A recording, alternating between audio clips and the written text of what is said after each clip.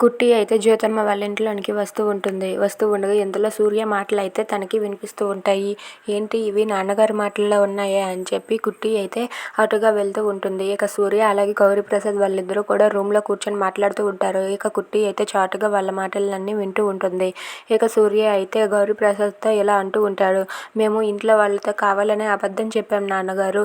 సునంద వాళ్ళని కలవలేదు అని చెప్పాము. కానీ సునంద వాళ్ళు పెట్టిన కండిషన్కి ఏం చేయాలో తెలియక మేము మీకు అబద్ధం చెప్పాము అని చెప్పి సూర్య అంటూ ఉంటాడు. అది విని కుట్టి గౌరీప్రసాద్ వాళ్ళిద్దరూ కూడా ఏంటా ఆ విషయం, ఏంటా కండిషన్ అని చెప్పి అనుకుంటూ ఉంటారు. ఇక గౌరీప్రసాద్ అయితే ఇలా అడుగుతూ ఉంటాడు. ఏంటా కండిషన్, సునంద గారు పెట్టిన కండిషన్ ఏంటి, దానికి ఎందుకు మీరు ఒప్పుకోలేదు అని చెప్పి గౌరీప్రసాద్ సూర్యని అడుగుతూ ఉంటాడు. ఆ మాటలకు సూర్య ఇలా అంటూ ఉంటాడు.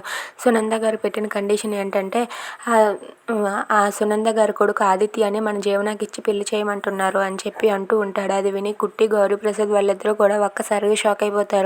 ఇక గౌరీప్రసాద్ అయితే లేచి నిలబడి ఏంటి అలాంటి కండిషన్ పెట్టారా అని చెప్పి అంటాడు. అవును నాన్నగారు, అలా అయితేనే వాళ్ళు కేసుని విత్డ్రా చేసుకుంటారంట, లేదంటే వాళ్ళు క్షమించేదే లేదంట అని చెప్పి అంటూ ఉంటాడు. అది విని గౌరీప్రసాద్ అయితే ఒక్కసారిగా షాక్ అయ్యి అలా ఉండిపోతాడు.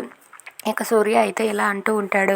ఆ విషయం గురించి ఆలోచిస్తూ జ్యోతి అయితే చాలా బాధపడుతూ ఉంది. జీవనాన్ని ఇబ్బంది పెట్టడం ఎందుకు, నేనే జైలుకు వెళ్తానండి అని చెప్పి జ్యోతి నాతో అంది నాన్నగారు అని చెప్పి సూర్య గౌరీప్రసాద్తో అంటాడు. అది విని అక్కడ ఉన్న కుట్టి గౌరీప్రసాద్ వాళ్ళిద్దరూ కూడా అలా మౌనంగా ఉండిపోతారు. ఇక కుట్టి వాళ్ళ అమ్మని ఎలా కాపాడుకోగలదు.